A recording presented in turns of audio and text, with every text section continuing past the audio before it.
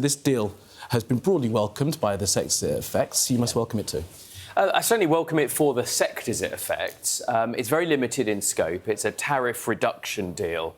I think Ed Conway's been talking about the limitations of scope. So whilst it's good for automotive and for steel, it still leaves British business across the board with higher tariffs than 2 months ago.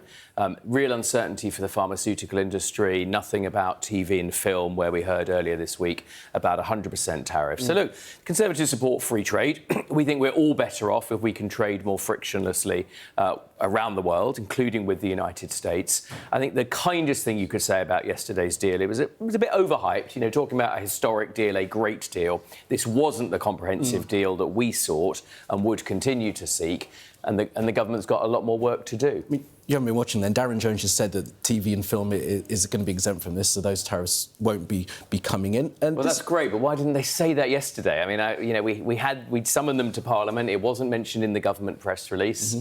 But of course it's good. We don't support tariffs. This is a wonderful country. We make things the world wants to buy. Our professional services, our creative industries. Let's try and reduce tariffs wherever they exist. And really step into this and do the proper comprehensive trade deal. Andrew, the charge that they haven't got anything done, it's not really fair. You guys tried to get an agreement with the US, you couldn't get it over the line. You tried to get an agreement with India, you couldn't get it over the line. This lot have managed to sign 2 deals in a week. It's not bad going. No, look, I don't want to oppose for opposition's sake. Let's be really clear about that. And this is very, very good news for automotive manufacturers who are looking down the barrel of a 25% tariff, which would have crushed their business. But we still remain in a position that there's 10% tariffs across really the whole of the UK economy. That is a difficult thing and needs to be continued to work at and remove. And it's just not fair to compare the comprehensive trade agreement that we would have done. You know, there's a whole library full of books on the shelf with picking one individual title and saying, look, we've been able to do this on the back of only really eliminating tariffs. So I really hope the government's committed to using our freedoms outside the EU to have deals with the Gulf, with India, with the United States. When they do that, we will support them. Yesterday, a bit overblown, a step in the right direction, but a lot more to do. I did put that to Darren Jones as to whether or not it was overblown, because we're not in a better position than we were before Liberation Day. He said you have to deal with the world in which you find yourself in, and that's real, isn't it? I mean, if you guys are in government now, you'd have to deal with these tariffs. You don't have a strategy for getting rid of them entirely.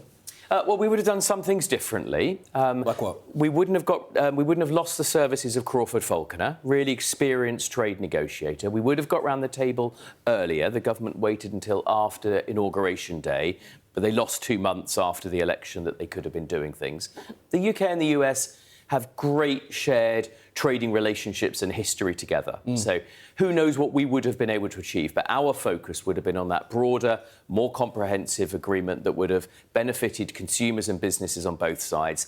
That's where everyone's eyes, that's the prize for everybody. So this government, you need to carry on and do that. There's lots of challenges and headwinds in the economy. British business desperately need all of the opportunities to trade with the world that any government can deliver. Mr. Crawford Faulkner called it a smoke and mirrors deal a few hours ago, so maybe his input would have been interesting. On another topic, we had an intervention last night from Boris Johnson, rowing in for his support behind Kemi Badenoch. Is that a useful intervention from a former Prime Minister to back up the current leader? Apologies, I didn't see it. I was commemorating VE 80 Day, an amazing day with an amazing set of celebrations or commemorations of the sacrifice people made, so I didn't see that.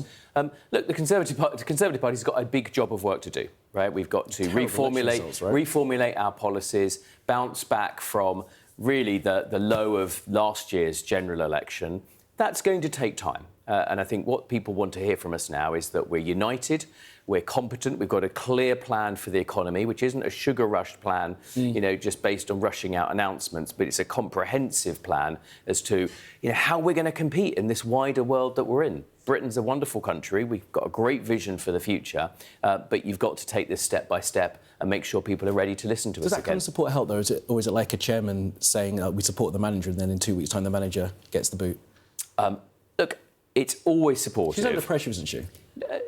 I think Kemi's doing a really good job. I think it's a really difficult job.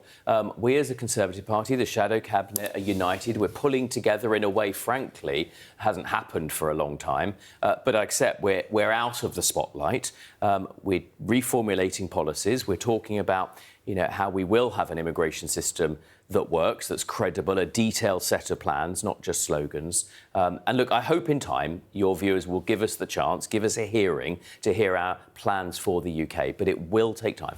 Good to hear from you this morning. Andrew Griffith, thank you very much. So short, but thank you for